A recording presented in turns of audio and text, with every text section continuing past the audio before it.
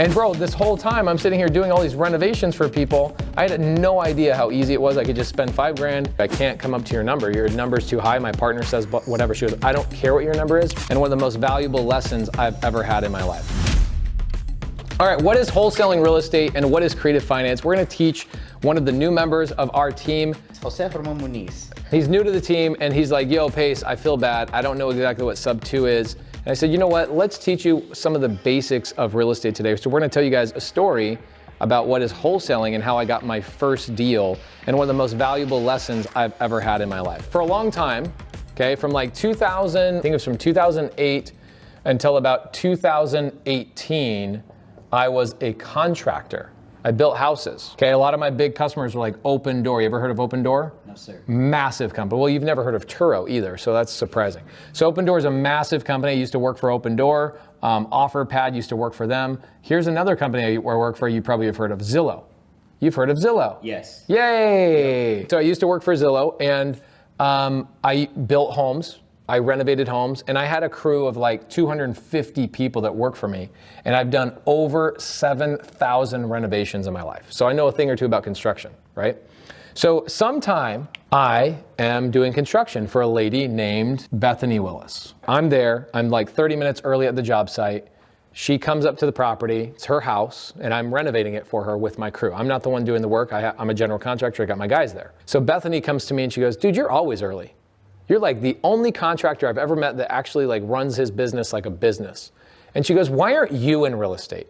And I go, I am in real estate. She goes, oh, you have your own projects? I go, no, I do projects for you and da da da da. She goes, you're not in real estate.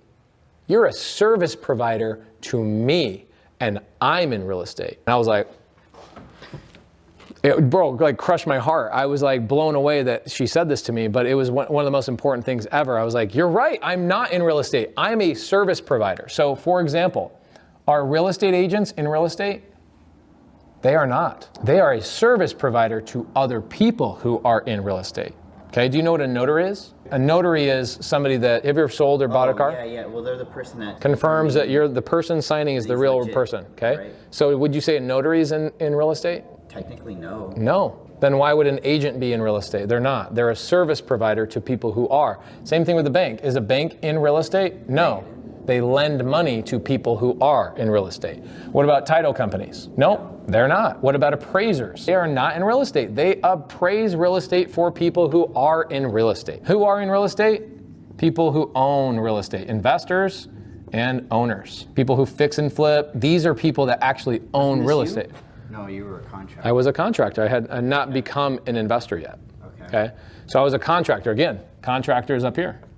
Could fix and flip almost be a service provider too, though? Well, you own the property while you're fixing and flipping it. So that's what Bethany did. She bought real estate. She used notaries, agents, banks, contractors, and appraisers to buy real estate, clean it up, and flip it at a higher price.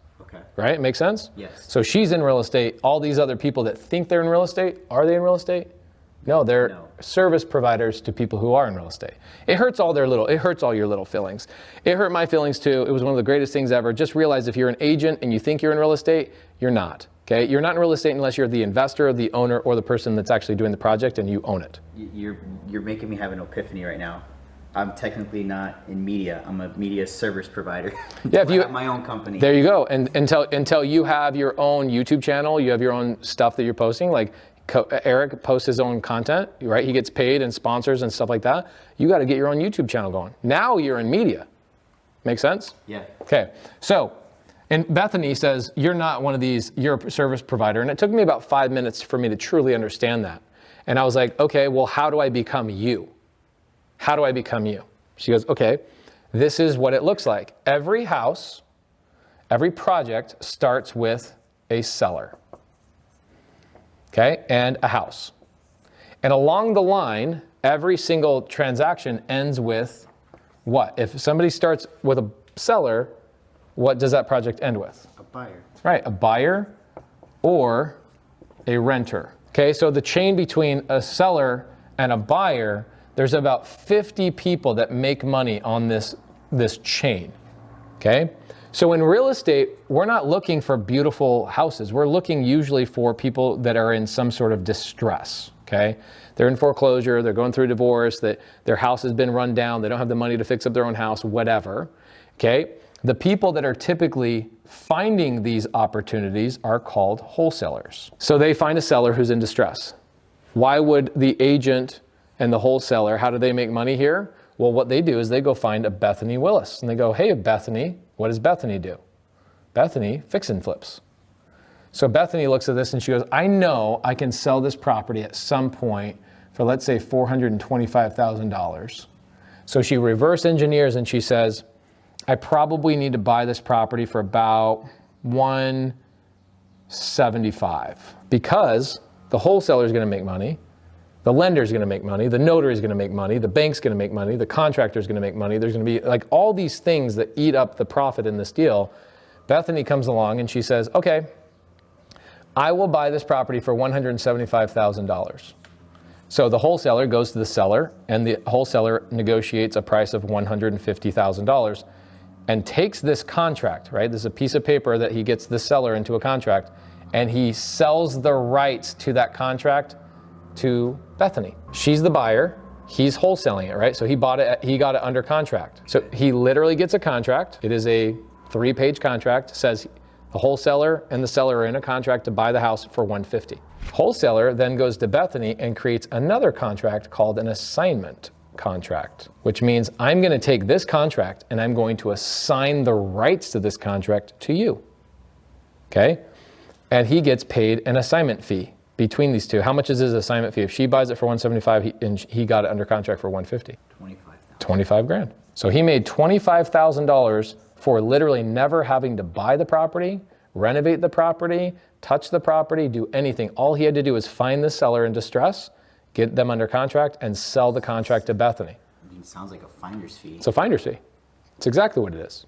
Just in a more professional lingo. Right. So think about this in video world, right? Have you ever done a video job for people? Absolutely. So I take back my comment. I do get paid. I have a side hustle. There you go. Bunnies media. Love it. Okay, cool. So you are in media. Yeah. So let's say that a client comes to you and goes, hey, will you film my wedding? Yes. How much would a wedding cost? On average, let's just say $1,500. Okay, $1,500. Could you find another videographer to do that same job for you for $1,000? Absolutely. Okay, But and you could take, the work won't be the same, but let's just talk about the technical stuff. Mm-hmm. So you could essentially get a contract for $1,500 with that person and say, hey, somebody from my team is going to go over there and do it for $1,000. Okay. And you basically took a $500 finder's fee, basically putting those two people together. You took $500. Okay. All right, that's an assignment. You see how that works? So I take the $500. He does the job for $1,000. Okay. And you make $500. Finder's fee. Yeah. Okay. So what you could do, you could have an entire business just finding people to give you $1,500 wedding jobs. That's what this wholesaler is That's doing? all they do. They're finders. Because that word throws me off. Wholesaler. I think he's selling. He's selling the contract. Okay. Right? So he gets it at a wholesale price, a lower price. He wholesales it or gets an assignment, a finder's fee, and gives it to Bethany. Okay. Make sense? Yes. So there's like 1,000 different ways that these wholesalers find deals. I also do wholesale sometimes. I used to do it a lot. When I first started, like the first 8 years, I did a lot of wholesale, okay? Because it's a great way to start. Technically, could this wholesaler just go, I never want to film a wedding in my life. I'm just gonna go find contracts on weddings? Of course. That's what wholesalers do. Okay. Okay, so they're like, I don't want to do the work. I want to be like literally just go out and market and find these type of opportunities and sell it to Bethany, who's actually going to go and do the work. Okay. There's wholesale. Did you learn something today? So now Bethany, what does Bethany do? Bethany goes and gets the money. She gets the $175,000. This usually comes from like lenders and whatever else. She hires contractors, blah, blah, blah, blah, blah, blah, blah. And then at the very end, she puts it on where do we put houses if you're selling a house? MLS. Oh. Okay, multiple listing service. And then multiple listing service puts it everywhere. Like it puts it on Zillow, Redfin, Realtor.com, blah, blah, blah. But the MLS is like the main place. And then the buyers see it on all these platforms and they make an offer to Bethany and Bethany makes her money. So Bethany tells me this thing, not as good as me though, because now you understand wholesale. So she tells me, she goes, go out and find me opportunities. And I go, but how? And who are these people? And I didn't understand it as well as you do right now. She didn't even tell me what an assignment contract was. I didn't know what that meant, okay?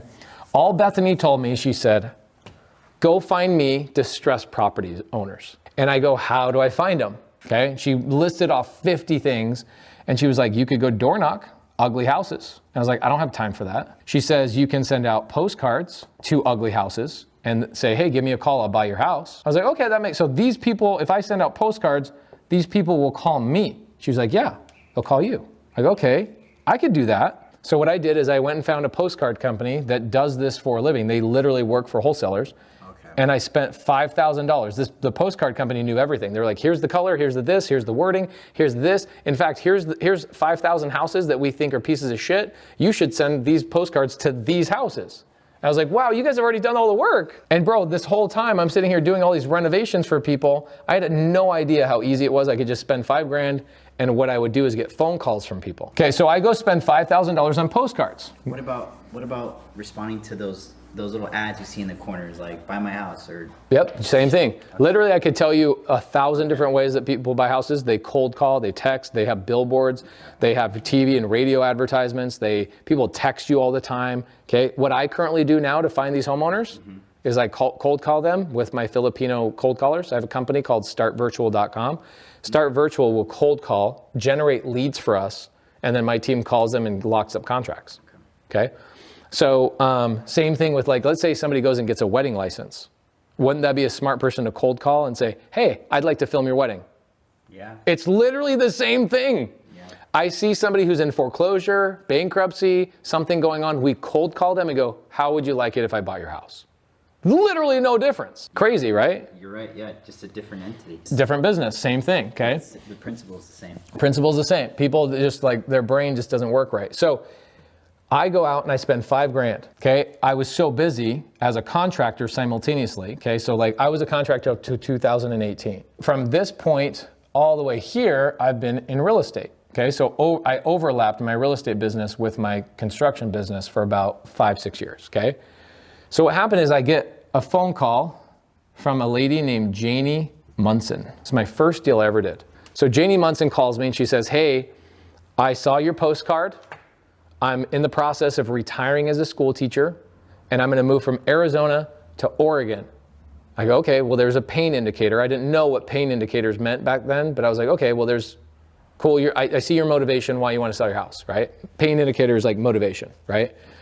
So she tells me, I don't have the money to repair my house. I know that my house needs renovations. I've been living here for 50 years. And I haven't done a single thing to it. It's all outdated. So I know I can't go hire a real estate agent and get top dollar for this property. So I'm looking for an investor to come in and buy my house that's willing to give me all cash, no repairs. I don't have to repair anything, and I can just walk away from the house. And I go, okay, great, no problem. So what do? I get this phone call. I set up an appointment to go meet with Janie at her house. On my way to the house, I call Bethany and I go, Bethany, what the hell, man? I don't know what I'm doing. And she goes, Bethany goes, what's the address? I go, it's 123 Main Street, which it's not, obviously. I go, it's 123 Main Street. So she pulls it up on her phone. She looks at Zillow. She goes, da, da, da, da. She goes, I would buy that property. She goes, you need to get this property under contract for $150,000. I go, why? And she goes, don't worry about why. That's what that's what you need to go get under contract for. I go, okay. What happens when I get the contract? She goes, don't worry about that. Go talk to the lady. So I go talk to Janie, okay? I walk in her house, I'm inside the house, and I go, so how's it going? And it was a great question I asked her. I said, so I imagine you're probably getting other postcards, because I looked on her counter. She had a bunch of other postcards and like other people she was meeting with. And I was like, so why haven't you sold the house? First question I asked her, why haven't you sold the house yet? And she goes, well, I actually have an offer right now for $165,000 from another investor. And I go, wow, okay. Sounds like a little bit over my budget. I never tell her the number, my number, never told her. But I go, sounds like it's a little over my budget. And we ended up spending about 30, 45 minutes together just building rapport, hearing her story, what she went through her whole life, and really understanding her. And at the end of that, I go, I really don't think I can help you.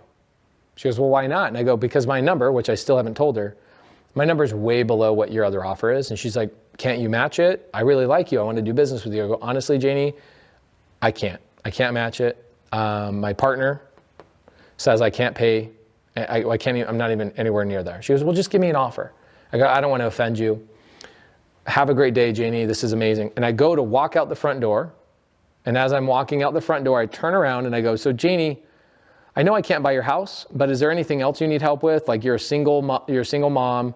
retired school teacher, moving to Oregon. And she's like, I'm confused.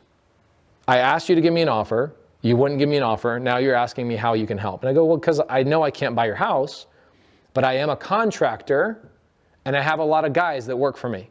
Do you need me to repair anything or load up your truck or do anything? She's like, wow, you really want to help. She's like, what are you, a Boy Scout? She literally asked me this. She goes, what are you, a Boy Scout? I go, yeah, I actually am an Eagle Scout. My Eagle Scout book is like right over here. So she goes, really? I go, yeah, I'm an Eagle Scout. She goes, okay, great. I'm going to take you. I have a major problem, but I don't know what to do with it. And it's really, really weird. And I go, okay. So she takes me to the back of her house. We go in the backyard and we walk out. We open up the sliding glass door and we walk out into her backyard. And there's 3 Cadbury size Cadbury egg bunnies. You ever see those in the commercials? Like those big freaking bunnies for the Cadbury eggs. They're massive bunnies. They're like this big, literally massive bunnies. And there's 3 of them. And I'm like, what do you want me to do? She's like, well, my granddaughter bought these for me. Now they're so big. If I get rid of them and I don't know where they're going, my granddaughter's never going to forgive me. But I can't take them with me. And I'm like, okay. And she tells me like why this is so important. So I go, all right. So what I do, I grab my phone.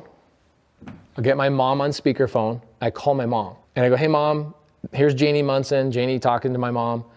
Janie's got a problem. Here's the problem, blah, blah, blah.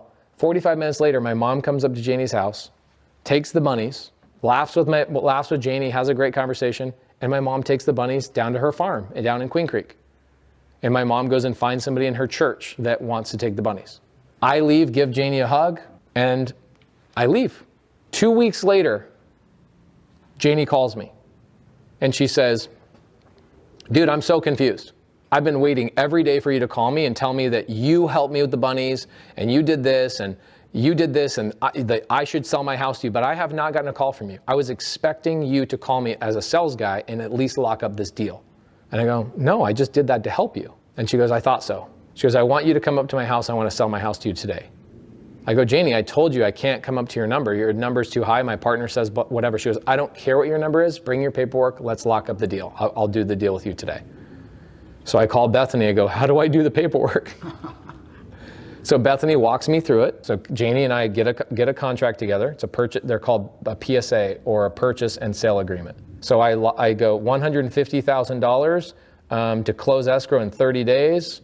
And part of the contract was that I was going to help Janie load her U-Haul truck. Does that mean she needs to be out in 30 days? Yep, she has to be out in 30 days. Okay, and you can move those dates around, whatever works for the seller. So I get this, and I'm like, okay, now what do I do?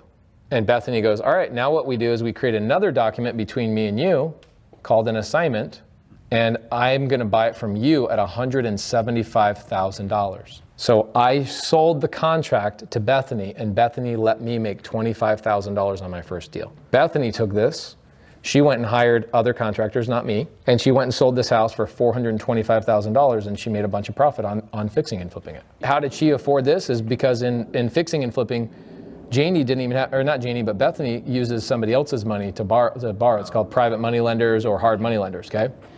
So this is wholesale.